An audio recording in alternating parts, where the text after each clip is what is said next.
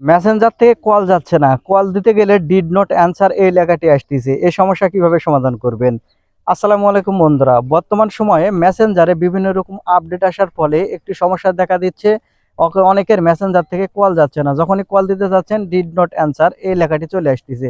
ঠিক আপনার ইমোতে যদি আসে তাহলে কিভাবে সমাধান করবেন এই ভিডিওটির মাধ্যমে আপনারা খুব সহজে জানতে পারবেন। কারণ এই ভিডিওটিতে আমি আপনাদের দেখাতে চলেছি কিভাবে আপনারা মেসেঞ্জারে কল না যাওয়া এই সমস্যার সমাধান করবেন। তো মূল ভিডিওতে যাওয়ার আগে ছোট্ট একটা রিকোয়েস্ট করব, ভিডিওটিতে একটি লাইক দিয়ে দিবেন আর চ্যানেলে নতুন এসে থাকলে চ্যানেলটিকে সাবস্ক্রাইব করে সাথে থাকবেন এরকম ইম্পর্টেন্ট ভিডিওগুলো সবার আগে পাওয়ার জন্য। তাহলে চলুন সম্পূর্ণ ভিডিওটি মনোযোগ সহকারে দেখতে থাকুন কিভাবে আপনাদের মেসেঞ্জারে থেকে কল না গেলে এই সমস্যাকে সমাধান করবেন।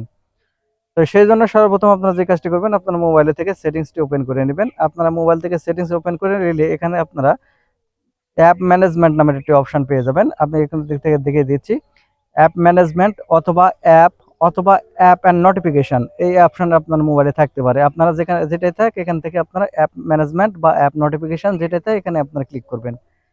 এখানে ক্লিক করার সাথে সাথে এখানে আপনাদের এরকম ইন্টারফেসে নিয়ে আসবে। এখন আপনারা প্রথমে একটি অপশন দেখতে পাবেন, অ্যাপ লিস্ট নামের একটি অপশন। আপনারা এখান থেকে অ্যাপ লিস্ট এই অপশনে ক্লিক করবেন। অ্যাপ লিস্ট এই অপশনে ক্লিক করলে এখানে একটু লোডিং নেবে। লোডিং নেওয়ার সাথে সাথে এরকম ইন্টারফেসে নিয়ে আসবে। এখন উপরে আপনারা দেখতে পাবেন এখানে সার্চ বার আপনারা পেয়ে যাবেন। এই সার্চ বারে এখানে এসে আপনারা মেসেঞ্জার লিখে সার্চ করবেন। আমি যেমন মেসেঞ্জার লিখে সার্চ করতেছি ঠিক এরকম ভাবে মেসেঞ্জার লিখে আপনারা সার্চ করবেন। তাহলে আপনাদের মেসেঞ্জার কিন্তু এখানে চলে আসবে। দেখতে পাচ্ছেন এখানে মেসেঞ্জার চলে এসেছে। আপনারা যে কাজটি করবেন, মেসেঞ্জার এখানে চলে আসলে আপনারা মেসেঞ্জারের উপর ক্লিক করবেন। মেসেঞ্জারের উপর ক্লিক করলে প্রথমে দেখতে পাবেন নোটিফিকেশন নামের একটি অপশন। আপনারা এখন এখান থেকে এই নোটিফিকেশন অপশনের উপর টাচ করবেন। তাহলে দেখতে পাবেন এখানে দেখতে পাচ্ছেন সব অ্যানাবল বাটন কিন্তু অন করে রেখেছি আমি। ঠিক এরকমভাবে আপনি সবগুলো অ্যানাবল বাটন কিন্তু অন করে রাখবেন। তারপরে এখান পেয়ে যাবেন পারমিশন। এই পারমিশন অপশনে ক্লিক করার অপশনের সাথে এরকম ইন্টারফেসে নিয়ে আসবে। এখানে দেখতে পাচ্ছেন মূলত 4টি পারমিশন আমি অ্যালাউ করে রেখেছি, camera, file and media, microphone, phone. এখান থেকে সবগুলো পারমিশন কিন্তু আপনি অ্যালাউ করে রাখবেন। উদাহরণস্বরূপ আমি যে ক্যামেরা যদি ক্লিক করে দেখে দিচ্ছি, এখান থেকে আপনার ডন্ট অ্যালাউ করে থাকলে অবশ্যই কিন্তু আপনারা সবগুলো এই 4টি পারমিশন কিন্তু আপনারা অ্যালাউ করে রাখবেন। তারপরে এখানে দেখতে পাবেন স্টোর অ্যান্ড ক্যাশ। আপনারা এখানে স্টোর অ্যান্ড ক্যাশের উপর ক্লিক করবেন। স্টোর অ্যান্ড ক্যাশের উপর ক্লিক করার পর এখানে দেখতে পাবেন ক্লিয়ার ক্যাশ।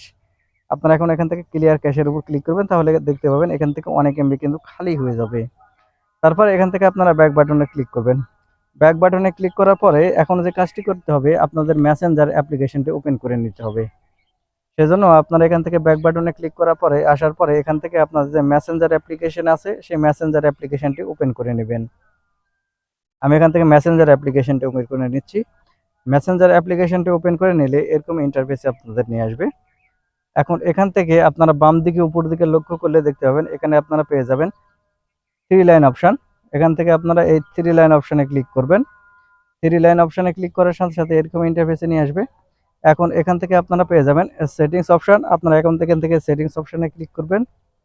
সেটিংস অপশনে ক্লিক করলে এখান থেকে স্ক্রল করে নিচের দিকে আসবেন। স্ক্রল করে নিচের দিকে আসলে এখানে আপনারা পেয়ে যাবেন প্রাইভেসি অ্যান্ড সেফটি অপশন। আপনারা এখান থেকে প্রাইভেসি অ্যান্ড সেফটি অপশনে ক্লিক করলে নিচের দিকে এদিকে লক্ষ্য করলে দেখতে পাবেন আপনাদের একটি অপশন দেখাবে রিস্ট্রিক্ট অ্যাকাউন্ট।